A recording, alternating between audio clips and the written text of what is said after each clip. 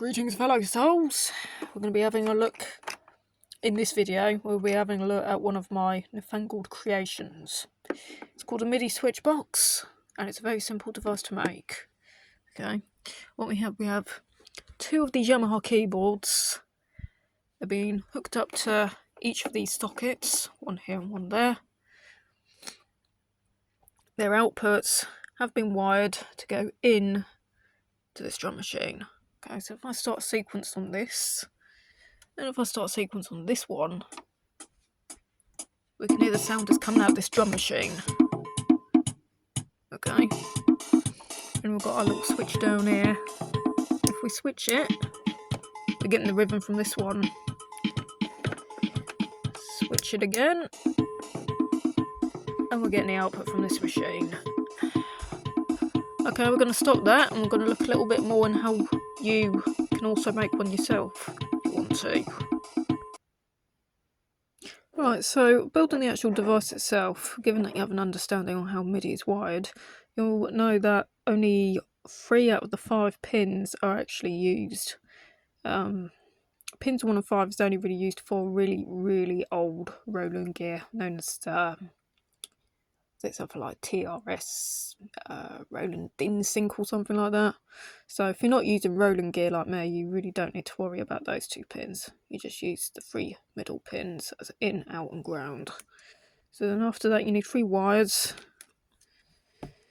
2 sockets, and a double pole, double throw switch that has an off mode. You see, it's set to center, that's off. This side for one synth, and that side for the other synth.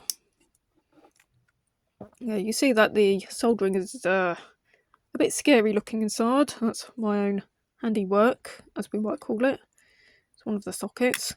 The case, if you're wondering, is actually something that I've been cutting and dremeling from what was a USB to wall outlet adapter. You know, those things that you can plug your USB device into a UK mains wall socket.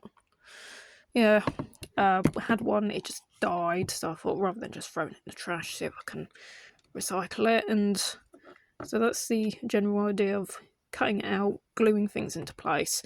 Being my first attempt at using a rotary tool, I wouldn't say that they're exactly neat results, but yeah, I enjoy a learning experience, and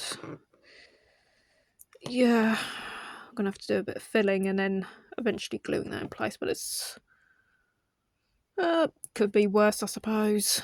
That one actually fits in very well. I'm more pleased with that one, but that one's a bit looser. Right. So as we know, only 3 of the 5 terminals are actually used in most MIDI devices. The centre pin is ground and the other is in and out. So what you're going to have a look here is that your switch has 6 poles on it, and it's known as a double throw double pole.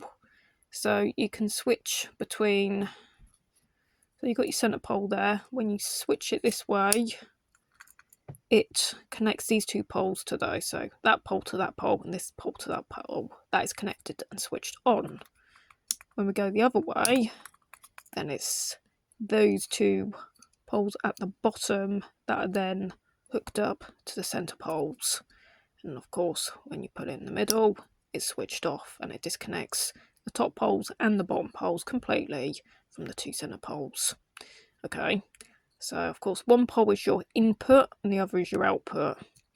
The ground wire is, well, simply put, it's just the middle pole of your plug, and that's just simply wired up to the middle poles of your 2 sockets.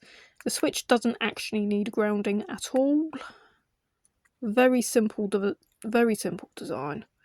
Yeah, so if you don't feel like paying £35 upwards for a philip-rees style switchbox, it's actually very simple to make your own. Given that you get a bit imaginative, have a bit of creativity, and, well, I suppose if you're a bit better with a Dremel, or if you've got better resources, you may have a much more neater looking case than that of me.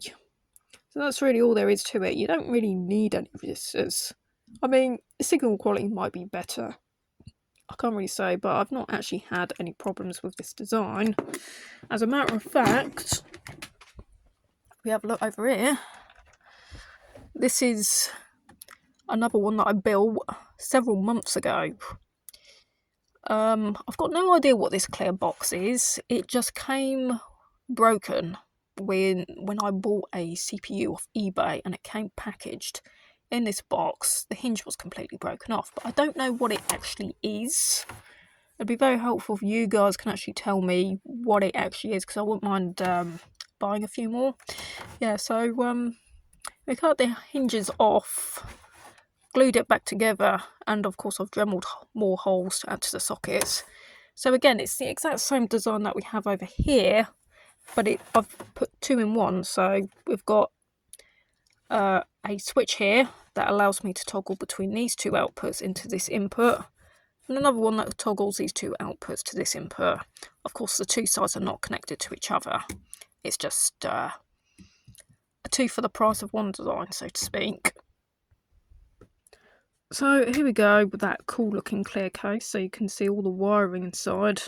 If you're wondering exactly what I use to glue the sockets in place, I use this stuff, solvent weld cement. You use it for fixing drain pipes, plastic drain pipes.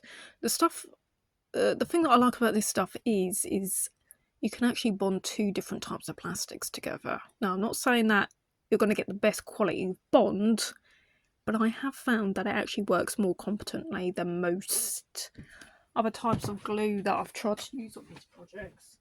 And I've got some glues that actually do work absolute magic on some types of ABS and polystyrene, but it's not one size fits all thing when it comes to glue. I mean, I use this for like ABS and repairing old joysticks and things like that, but this stuff did not work in bonding these MIDI ports to this shiny stuff. But the solvent weld, like this kind of stuff, you can buy it on eBay for like about £5-7 for a bottle. It works well for this kind of thing. So of course, when you buy these switches, you got like a bolt, so you just drill a hole with a rotary tool, and that's it. Just use your bolts to fasten it in place. But the sockets, you have to be very precise when you drill holes for them. Otherwise, if it's too wide, you can't get your glue to bond it, and you just get a really weak bond. And I'm afraid that is actually true for one of these sockets. Not sure which one, but it was very much so for one of them. If you've got enough space, you could use these terminal chock blocks. I've just put two of these there using double-sided sticky tape, and that's actually just about the right size to keep these in place without it falling through.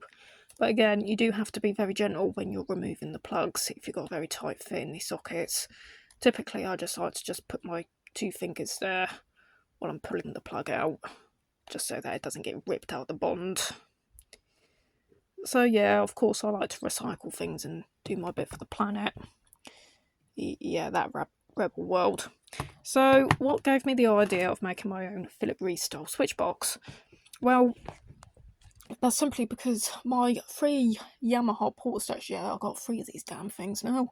When you make sequences using the onboard sequencers, and you want to send all that data to the Atari ST and save it all onto a floppy disk when you're working on a project, when you send the data, you can only send it through the output port directly to the input.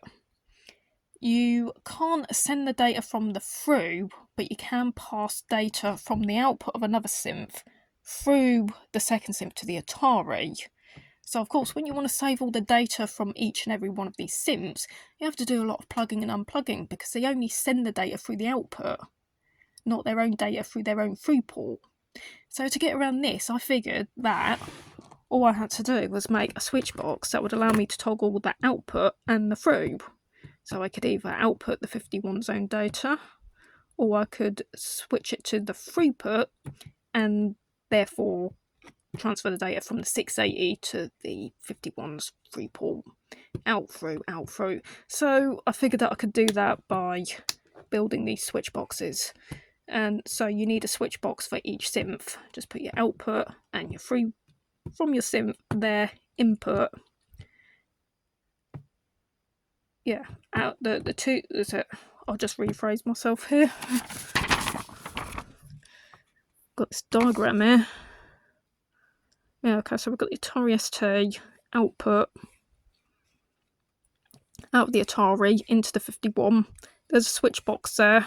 The through and the output of the 51 goes into the switch box, into a single output that then goes into the 790.